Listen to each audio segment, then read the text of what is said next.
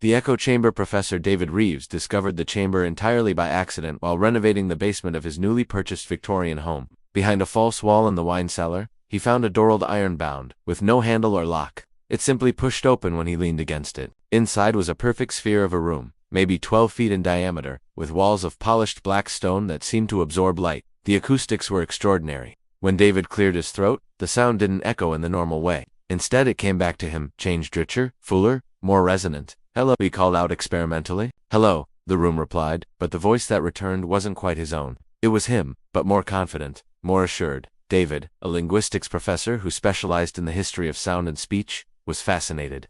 He spent the next week testing the chamber, recording various sounds, and analyzing how they transformed. Music became hauntingly beautiful. Whispers became powerful proclamations. Angry shouts came back as calm, measured statements. The chamber didn't just echo sound, it reflected intention. It took what you said and returned the version you wished you'd said. The truest version of your meaning, stripped of fear and hesitation. Then, David made his mistake. He brought someone else down to hear it. His colleague, Professor Janet Wu, stood in the center of the chamber and said, "I've always felt underappreciated in the department." The echo returned, "I've sacrificed everything for this career, and nobody values me. I'm brilliant, and they refuse to see it." Janet's face went pale. "That's not, I didn't mean, ...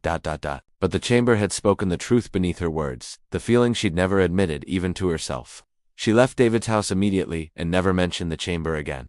David should have sealed it then, should have filled it with concrete and forgotten it existed. But the chamber called to him. Night after night, he descended to the basement, stood in the dark sphere, and spoke. "I wish I'd been a better father." The echo, "I chose my career over my children, and now they barely know me. I pretend it doesn't hurt, but it destroys me every day. I'm not sure I love my wife anymore." The echo, "I haven't loved her in years. I stay because leaving requires courage I don't have. I think my life's work might be meaningless." The echo, "I've spent 30 years studying dead languages that matter to no one. I've hidden in academia because the real world terrifies me. Each truth cut deeper than the last." But David couldn't stop. The chamber showed him himself without the comfortable lies he'd built over decades. It was agonizing and addictive.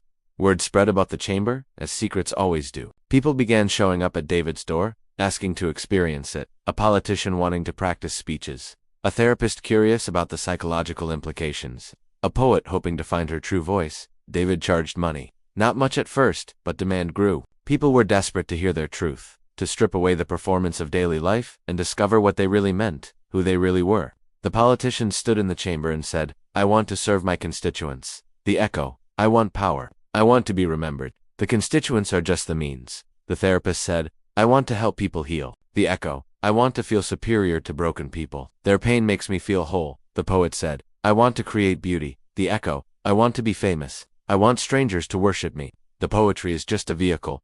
Some people left grateful, claiming the chamber had given them clarity. Others left devastated, unable to face what they'd heard. 3 people never left the chamber at all. They stood in the center, listening to their echoes, and something broke inside them. David found them catatonic, unreachable, lost in their own uncomfortable truths. That's when he decided to destroy it. But the chamber wouldn't be destroyed. Sledgehammers bounced off the walls. Explosives wouldn't detonate inside. The room existed outside normal physical laws, a space where truth was the only thing that mattered, and truth couldn't be demolished. David tried to seal it, but people broke in. Word had spread too far. They came at night, picking locks, climbing through windows, desperate to hear themselves clearly just once. And the echoes grew darker. A mother said, "I love my children." The echo, "I resent them. They destroyed my dreams. I smile and lie every single day." A husband said, "I'm faithful to my wife."